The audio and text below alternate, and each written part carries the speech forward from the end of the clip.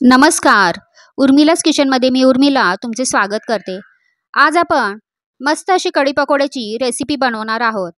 तर बनवायला हे कढी पकोडे एकदम सोपे असे आहेत आणि चवीला पण एकदम भारी असे लागतात.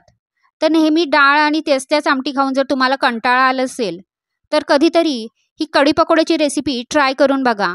तुम्हाला नक्की आवडेल. चला तर आपण रेसिपीला सुरुवात करूयात. तर इथे एका पातेल्यामध्ये मी ताक घेतलेलं आहे.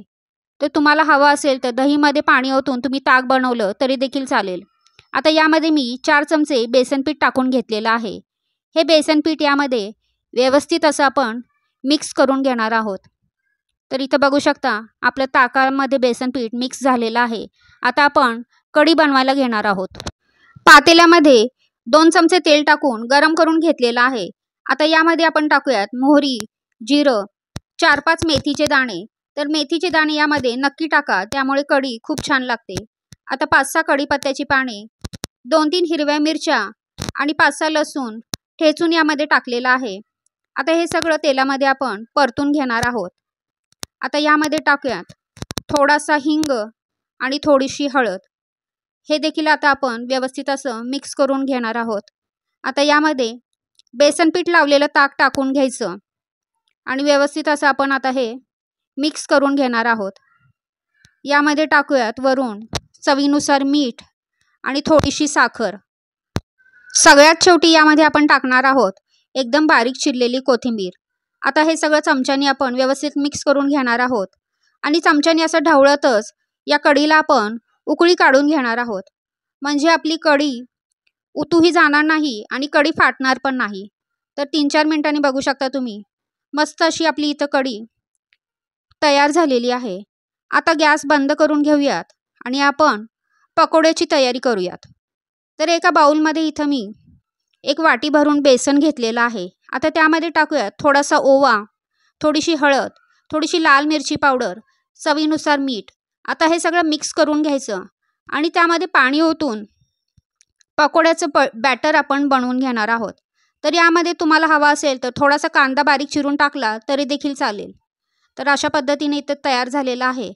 आता यामध्ये मी थोडासा चिमूटभर सोडा टाकलेला आहे. आता सोडा टाकून परत एकदा मिक्स करून घ्यायचं आणि आता आपण पकोडे बनवायला घेऊयात. तर इथं मी पकोड्यासाठी तेल गरम करून घेतलेलं आहे. यामध्ये छोटे छोटे पकोडे आपण बनवून घेणार आहोत. तर अगदी गोलच पकोडे बनायला पाहिजेत असं काही नाही. आता हे पकोडे किंवा भजी तुम्ही काही म्हणू शकता, दोन्ही साईडनी व्यवस्थित असे आपण तळून घेणार आहोत. तर ते भजीचे जे काट टोकासारखे आलेलं आहे ते तोडून तुम्ही त्याला गोल बनवलं तरी देखील चालेल. आता आपण हे पकोडे एका प्लेटमध्ये काढून घेणार आहोत. तर इथं कढी मी गॅसवरती ठेवलेली आहे.